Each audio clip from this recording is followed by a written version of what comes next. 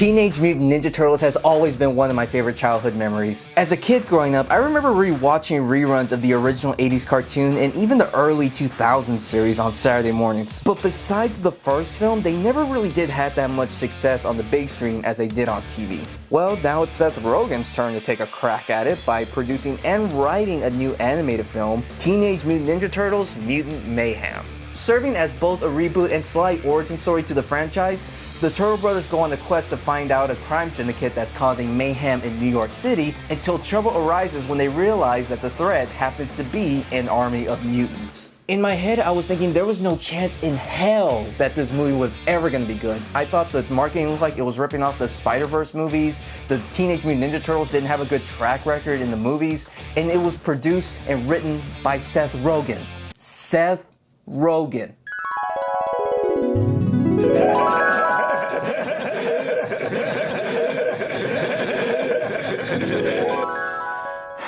Well, as a critic, I gotta be honest. The mask is coming off. If there's one thing that a critic does love more than to criticize a film and tell audiences that they shouldn't watch this movie, it's coming out of that theater and sitting back down here afterwards and telling you guys that, well, Teenage Mutant Ninja Turtles Mutant Mayhem might as well just be the best version we've ever gotten on the big screen. Good God, this film was wonderful. The film did have its own unique take on the lore, but it was still able enough to keep that familiar spirit that we all know and love. In some ways, you can actually treat this film like it's actually part of the TMNT multiverse, kind of like as an Elseworld story. The thing that none of the other films were able to tackle on was the teenager aspect of the Turtles, and this film really emphasized on that with the side of coming of age. They're young, naive, inexperienced, and reckless, everything that you would expect from an actual teenager. Originally, I didn't think this idea was gonna work. I was just so grown up and used to the idea of the Turtles sounding much older and being the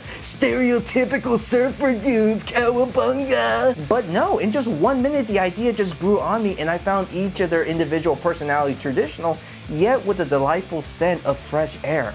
And also some of the side characters are a little bit different too. Master Splinter, who is actually the comedic relief, even though it works in the film, and he has this very interesting character arc on how he sees the world and how humans treat mutants. There's actually very strong meaning to that, and he really grows into the film. And of course, April O'Neil, who's in the film, she's always been portrayed as this popular, outgoing news reporter adult, but it's actually quite the opposite. She's actually portrayed here as this unpopular, timid high schooler who dreams of being a journalist. And even though this is more like the introduction to April O'Neil and how she becomes the April O'Neil that we all know respectively, it's more like a growing process. And this is actually a rare Ninja Turtles film where Shredder is not involved.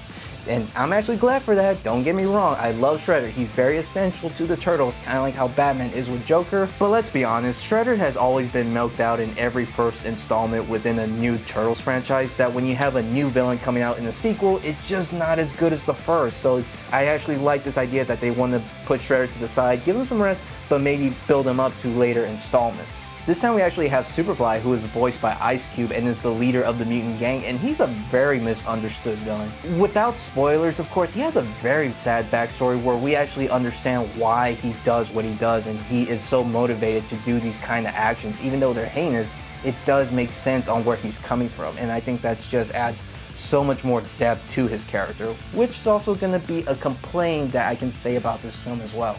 And my complaint about that is not the idea that it's fleshed out. No, I love that. I love when villains are fleshed out and we actually see a person and not just a typical bad guy. That's not the issue. What the problem was that even though you have Superfly and these mutant gangs all together, the issue was I didn't think that they were actually fleshed out enough.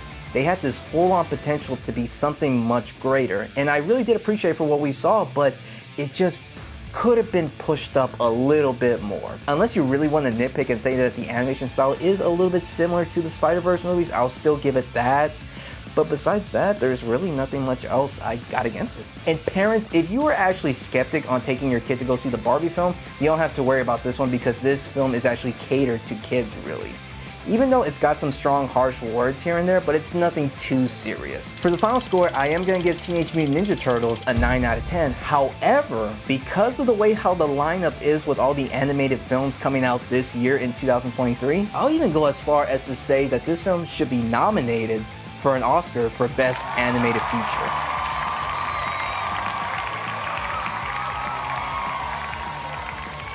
But is it the best animated film of the year? No, that title obviously goes to Spider-Man Across the Spider-Verse for Miles.